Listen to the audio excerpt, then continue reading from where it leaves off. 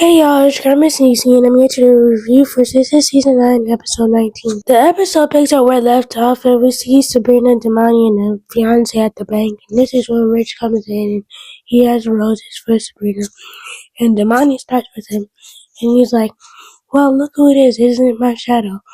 As he is still chasing after Sabrina. Like, what's it to you, Damani? And Damani's fiance steps up and she's like, wait, why can't he have your babies? He seems thirsty enough. Sabrina's like, cause your man offered, and Rich is like, let me get this straight. Now that Sabrina doesn't want you anymore, you want to try to renege.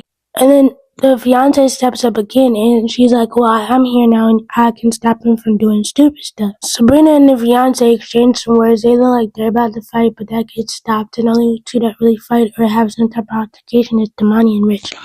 All Rich really does is yoke Damani up. And the fiance had to be like, swing back, do something. But then it just ends with them saying that they'll see Sabrina in court and they're going to sue her. And Sabrina's like, well, I'll see both y'all there then. And then once they both leave, Rich tries to talk to Sabrina, but Sabrina's not having it. She's like, there's nothing to talk about. Over at the law firm, all the ladies are sitting in the lobby and Dr. Cruz is just standing there and the ladies are looking at Andy. Like, why didn't you tell us that you was going to be here? Andy's like, I didn't know. So that's when Dr. Cruz is like, I'm here to see Hayden Moss. Hayden comes out. He greets Dr. Cruz, and Dr. Cruz is like, are you having some type of DEI job fair here? Hayden tries to uncomfortably laugh it off, like that's a good one, and Dr. Cruz is like, no, I was being serious. So this just goes to show that Dr. Cruz is very racist towards black people, and especially black women. So he turns around and has the nerve to tell Karen, you look familiar. And that's when Karen jumps up and she's like, I look familiar? I look familiar? Of course she looks familiar to you. You know exactly who she is because you're responsible for her baby not being alive. Then Dr. Cruz has the nerve to say, well, don't let that loud one ruin the culture around here. He's just blatantly showing his true colors, and Hayden's not standing up for himself or anyone in the room. Cruz is not going to think it's okay to say those things around you because you didn't correct him the first. Andy tells Hayden to escort Dr. Cruz into his office. So after Hayden escorts Dr. Cruz into his office, the ladies turn around to Andy and they're like, what is he doing here?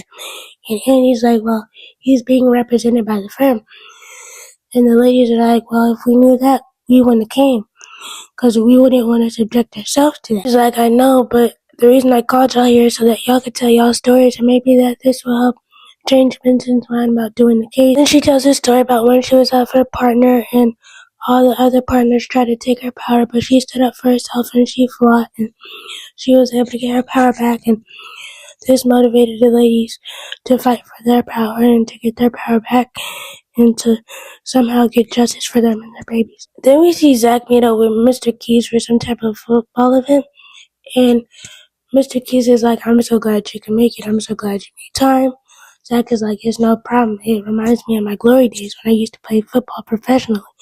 And I'm like, I like that it was a nod to Val's actual football career back in the day. Mr. Keys talks about the football program that he's trying to build and trying to get it off the ground, and he asked Zach, does he want to be the assistant board of directors where he could help mentor the kids and coach the kids? Like, I don't know if I'll ever have the time, but just send me the information and I'll see what I can do. Mr. Keys asks Zach what he's doing later, and Zach is like, well, I think I'm going to go out for some drinks with my boys. And Mr. Keys tries to hint at the fact that he's not doing it tonight, and Zach eventually catches on and he invites Mr. Keys to go out with him. I think that Mr. Keys is Zach's daddy, because why is he trying so hard to bond and be around Zach?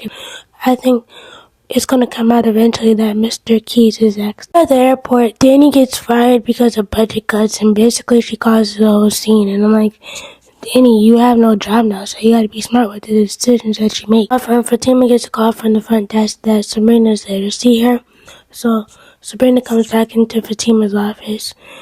She's like, I'm actually here to see Andy, but they said that she'll be busy for the rest of the day. Sabrina, that Andy's with Karen and the rest of the ladies trying to convince Benson to take on the ladies versus the Dr. Cruz case. Talking about Sabrina and the embryos and how Damani doesn't want her to move forward with the embryo process because of the fiance, because they're back together and he doesn't want kids out there that don't know him. He tells Fatima that the only reason that Damani might be doing this is because she doesn't want Damani. And Fatima's like, well, that might be true. Have you flirted with him or anything? Sabrina's like, well, we were on a work trip and we only flirted and I shut it down. Fatima tells Sabrina that she'll do some research regarding the embryos and how they're valued in the state because there's different values and different views for different states and things.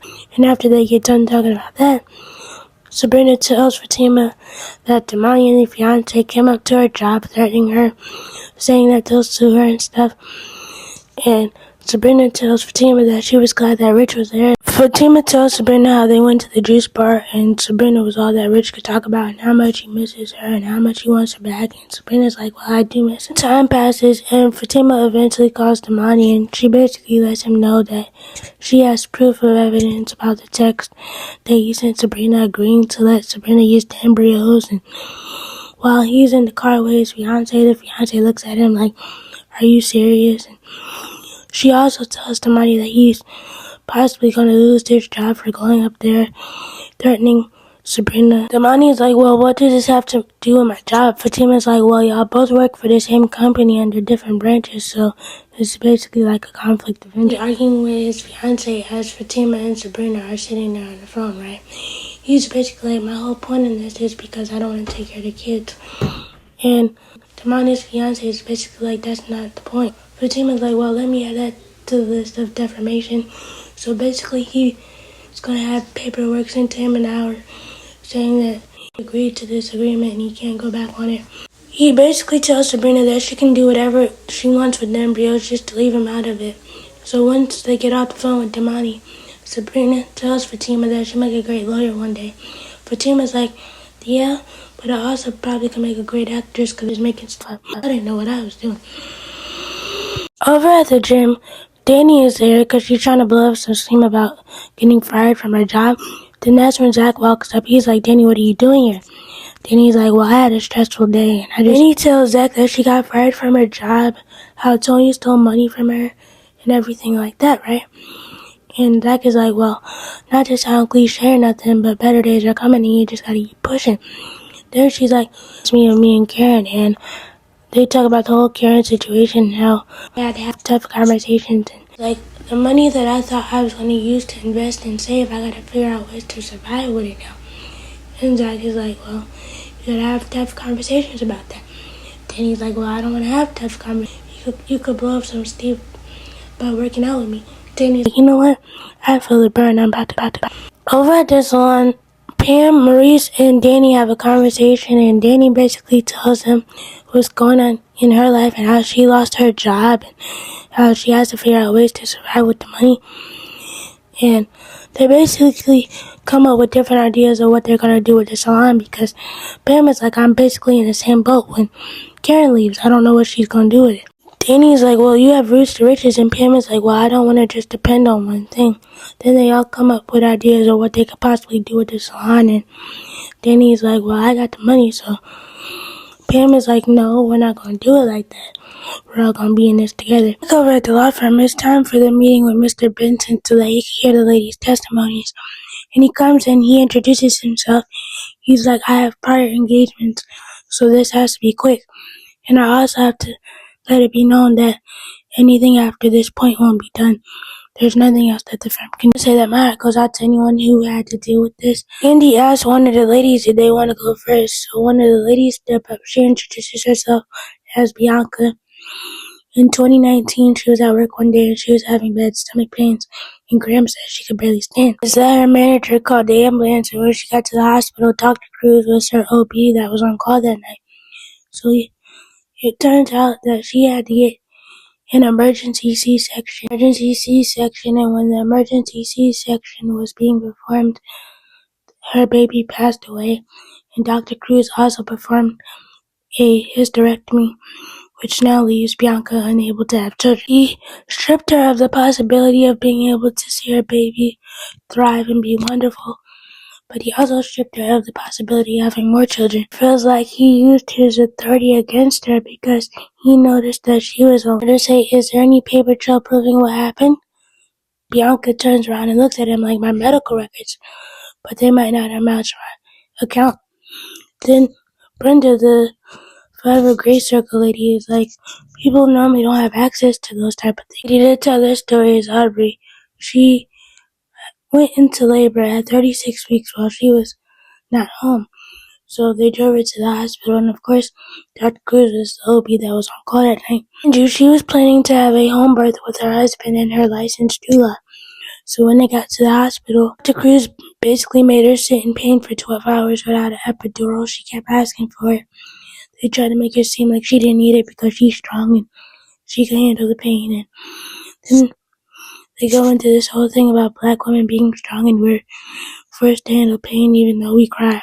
She filed a complaint with the hospital and the medical board, but nothing happened. The Cruz kept insulting Aubrey's husband by calling him her baby daddy, and when he kept asking Dr. Cruz to stop, he didn't stop, and he threatened to call the police. Like nothing probably happened with that Dr. Cruz report because Dr. Cruz is a very powerful man. He has friends in high places, and they all look at Mr. Benson. Aubrey also mentions that there was a doctor at the hospital that night shadowing Dr. Cruz. Now it's Karen's turn to tell her story. Karen starts off the story by saying that she was in the waiting room for a long time and nobody wanted to help her.